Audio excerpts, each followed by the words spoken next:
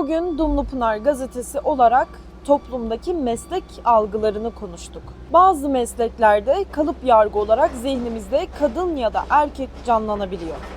Peki bu durum neden böyle? Kütahyalı vatandaşlara sorduk. Kadın gelsin ama çoğunlukta erkek geliyor. Türkiye'de 89 senesinde vardı ama şimdi Türkiye çok güzel oldu. Ben Bulgaristan göçmeniyim. Gerçekten o kadar güzel Türkiye anlatamam. Bence ikisi de geliyor. Yoktur. Bence yoktur. Erkek geliyor abla. Yok abla. İkisi de olabiliyor yani. Ne bileyim mesela benim ilkokulda müdürüm kadındı. Bayandı. O lisede de aynı kadındı. İlkokulda erkekti ama. Aynen erkek geliyor abla. Erkek geliyor abla benim de.